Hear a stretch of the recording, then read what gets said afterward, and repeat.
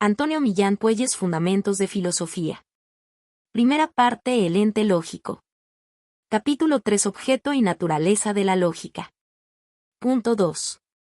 El objeto de la lógica. Hasta aquí hemos venido considerando el posible objetivo de la lógica o, lo que es lo mismo, su finalidad. Conviene ahora que procedamos a determinar su objeto, es decir, la materia sobre la cual versan las consideraciones de la lógica. Algo de esto queda establecido en lo que se ha venido diciendo, pues sabemos que el arte lógica se refiere a algo que afecta a todo arte y toda ciencia, y que ello es justamente la razón en cuanto está ordenada a la verdad. De modo general puede afirmarse, por tanto, que la razón es el tema de la lógica. Pero ahora se trata de precisar y profundizar esta vaga noción. Comencemos por unas consideraciones de carácter muy amplio. Todo arte o técnica se refiere a alguna actividad humana, para la cual establece normas directivas. Tales normas suponen la existencia de estas tres cosas. 1. La facultad o poder del cual emana la actividad que se trata de dirigir. 2. Una finalidad, que se intenta lograr poniendo en juego ese poder activo. 3. La posibilidad de que éste, aun cuando tenga capacidad para alcanzar aquel fin, sea defectible, es decir, que no llegue a veces a alcanzarlo, o que lo haga con dificultades que conviene anular. Ninguna de estas tres cosas es estudiada aisladamente por el arte o técnica que las supone, sino las tres, precisamente en su mutua relación. De esta manera la lógica, por su parte, no ha de estudiar la razón o poder discursivo en sí mismo, sino que se interesará por la razón únicamente en la medida en que ésta es un poder al que cabe fijar la finalidad de hacer ciencia.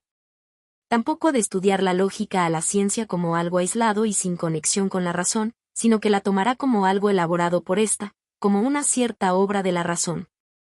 Por último, tampoco es la lógica una simple meditación ineficaz sobre la posibilidad que la razón tiene de desviarse en la búsqueda de la verdad científica. La lógica cuenta con tal posibilidad, pero de lo que se trata es de evitar los riesgos consiguientes, o sea, de aproximar de una manera fácil y adecuada la razón a su obra científica. Es claro, en suma, que si bien la razón puede desfigurar la verdad, le es hacedero y esencial configurarla, lo cual, por cierto, es cosa muy distinta de crearla. Tal configuración es justamente lo que la razón pone, por su parte, en la ciencia. Lo demás viene de las cosas mismas.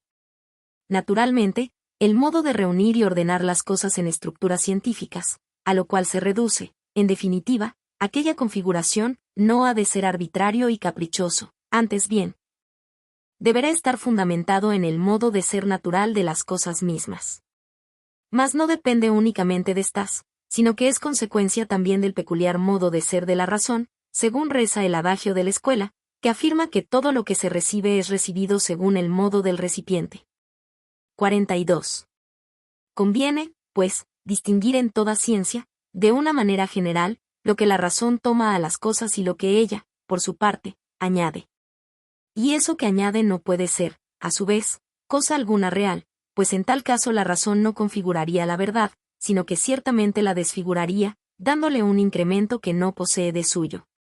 Lo que la razón pone en la ciencia no es más, según se dijo arriba, que la ordenación y encadenamiento de las cosas en el organismo científico. Todas las ciencias se nos presentan, de este modo, como articulaciones o sistemas de verdades.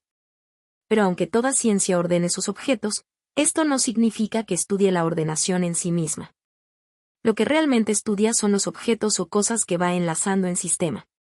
Ahora bien, no es imposible una disciplina que, en vez de estudiar las cosas mismas, se haga cargo del modo como las ordenamos en la ciencia. Tal disciplina no sería ya una ciencia como las otras, una ciencia de objetos o de cosas, sino una ciencia de las ciencias, un estudio cuyo tema sería la ordenación de los objetos en el sistema científico. La lógica es precisamente ese estudio. La ciencia de la razón, de que hemos venido hablando, no pretende sustituir a ninguna otra ciencia. Su tema es la obra de la razón en el conocimiento, el artificio, que podemos llamar lógico, por el que las cosas se organizan y articulan en estructuras científicas. Que ese artificio o dispositivo esté bien establecido, rectamente logrado, es, por cierto, la finalidad de la lógica considerada como arte o técnica de la razón. Pero es claro que esta finalidad no se puede cumplir más que teniendo el conocimiento de las leyes internas de aquel artificio, sabiendo cómo es, de qué factores y elementos se compone. Cuáles sean las maneras de enlazar o reunir sus componentes.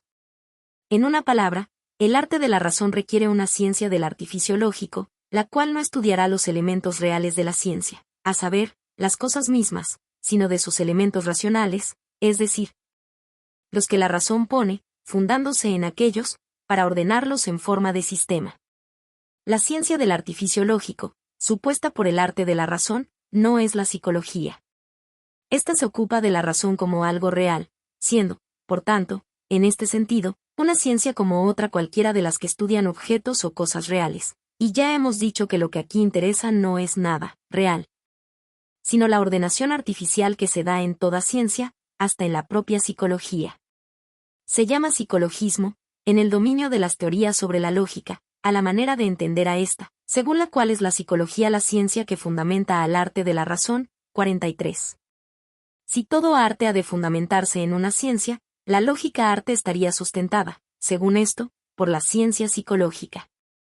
En definitiva, la lógica quedaría reducida a la condición de un capítulo de la psicología, el dedicado al funcionamiento normal de la razón humana. Es, desde luego, cierto que todo arte se basa en una ciencia. En este punto convienen psicologistas y antipsicologistas. Pero el arte lógica puede fundamentarse en una ciencia lógica, que no tiene por qué ser un capítulo de la psicología. Existe, efectivamente, un conocimiento teórico del artificio u ordenación estructural que en las ciencias revisten las cosas conocidas. Y el conocimiento especulativo de esta ordenación no se refiere, según dijimos, a ninguna cosa real, sino a los elementos ideales de que se compone el sistema científico. En tal sistema no entra, de hecho, la misma razón, ni tampoco ninguno de sus actos. No se puede decir que en un sistema científico sea parte integrante la propia razón, ni que los actos de ésta se hallen físicamente integrados en él. Lo que la razón pone en la ciencia, que es un sistema ideal, no son más que factores ideales.